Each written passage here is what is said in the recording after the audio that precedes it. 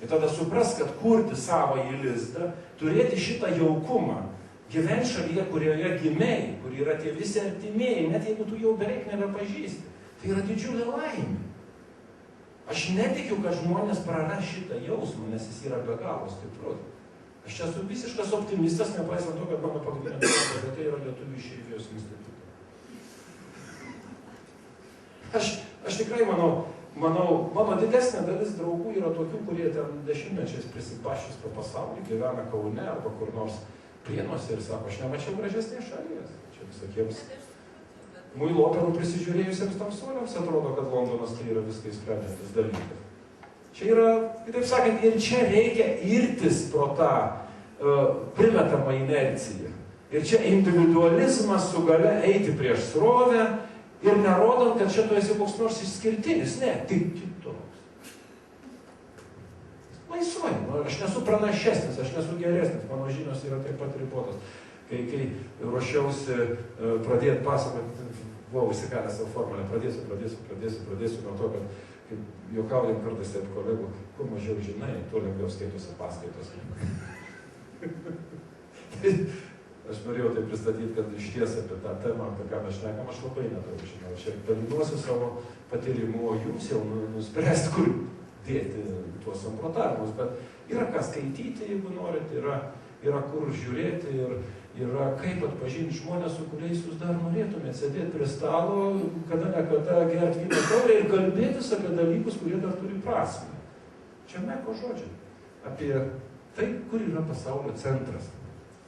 Kai tu galvoji, kad tai yra Manhetene, Brodvėjaus antrosios gatvės sankryžoje, ne, sako, pasaulio centras yra tenai, kur dar gali stovėti stalas, prie kurio susirenka laisvi tavo bičiuliai ir jūs turite apie ką prasmingai šnekėti. Tuo metu tai yra pasaulio centras. Intelektualiai nesudėtinga, psichologiškai sudėtinga. Reikia taip ir jaustis. Ne geografai paskelbs Europos centrą. Mes kažką kalbėdami, kažką kurdami, bet ypatingai kurdami taisyklės, kurių patys norėtume laikytis.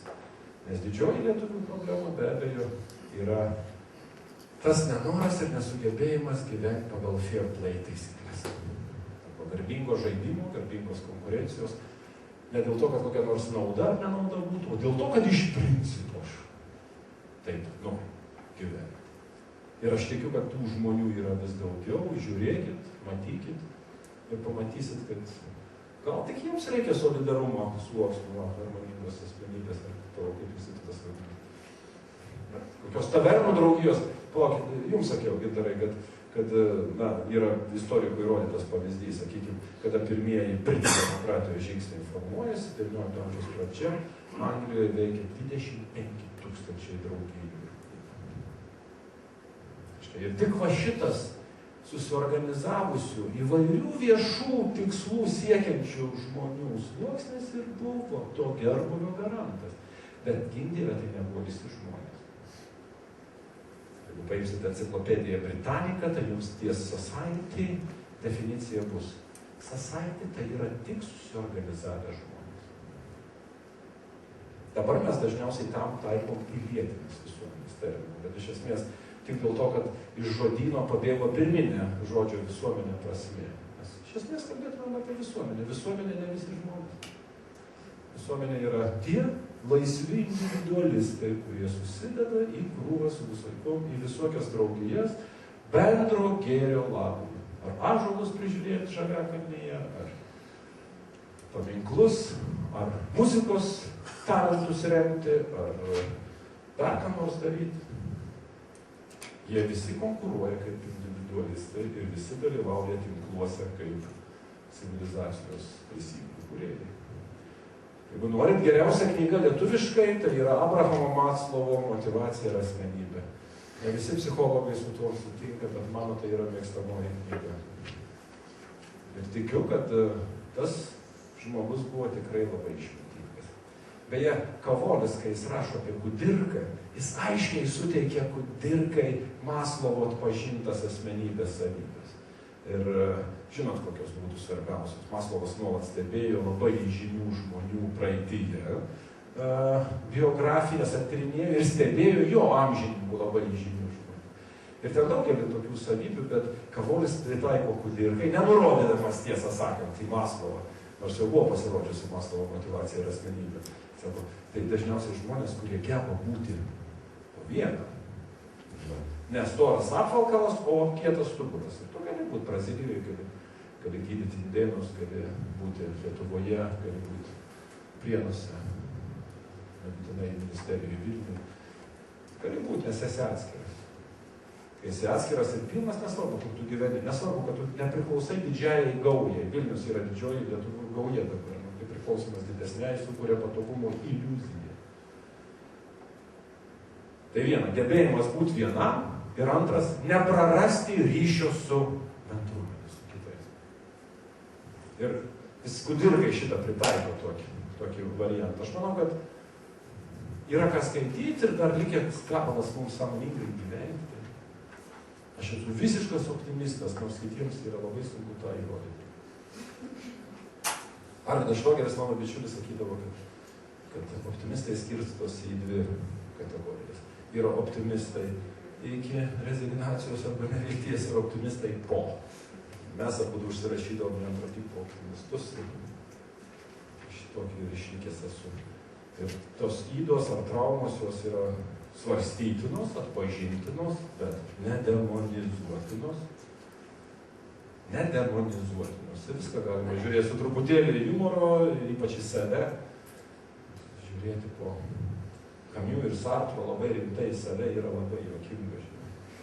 Tai aš sakau, kad tas toks šiek tiek strakaliojantis nerimtumas, tam tikras humoras, tam tikras džiazavimas, tam tikras draivas, tam tikras spontaniškumas ir simultaniškumas, kuris dažniausiai priklauso, kaip sakytų neuromokslininkai, dešiniajam arba moderiškajam pusrutuliui.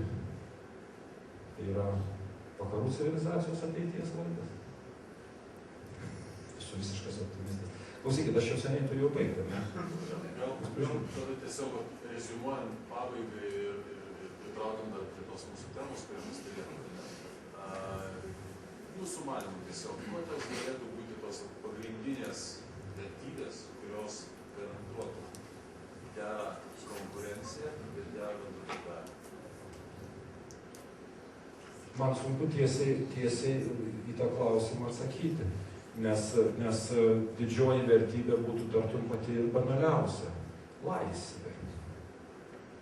Laisvė pirmiausiai. Individualizmo tikėjimo aukščiausiasis taškas.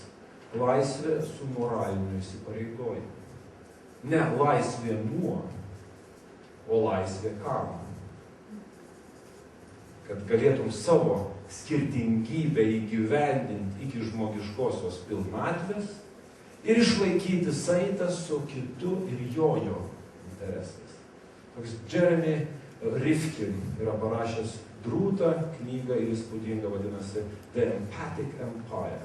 Jisai kalba apie empatiją, kaip patį svarbiausią bruožą, kurį euroamerikietiškoji civilizacija greičiausiai išsiugdyti turės.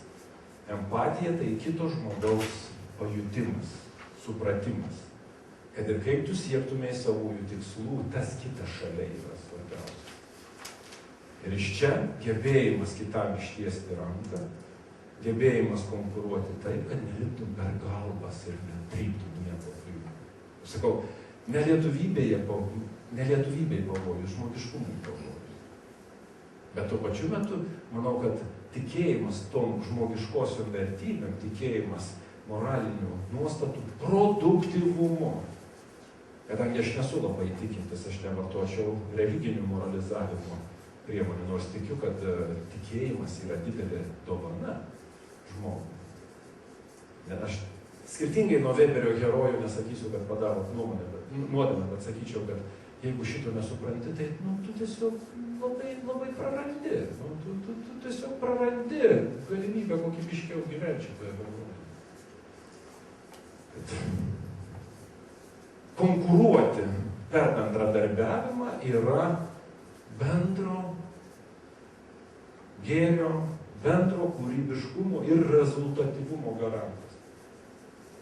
Taip kaip ir kokiam dideliam versle, geriausia strategija yra tiesiog idealizmas. Nors kasdienybė sako, kad ne, pinigai šiandien.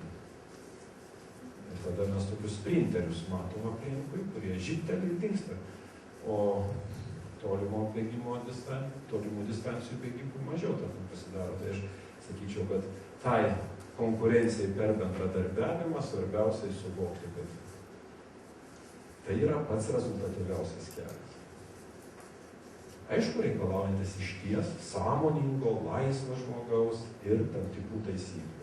Gali susirinkti tą pačią veiklą darančių žmonių asociaciją, jie keisis patyrimais ir visi žinos, iki kurios vietos jie nebesakys. Netiduos savo idėjų naujausių ir galvos, kada reikia geriau jas patentuoti, kada reikia dar ką nors, nes vėlgi Lietuvoje tas intelektualinės nuosavybės arba idėjų vagystės elgesys yra masinis.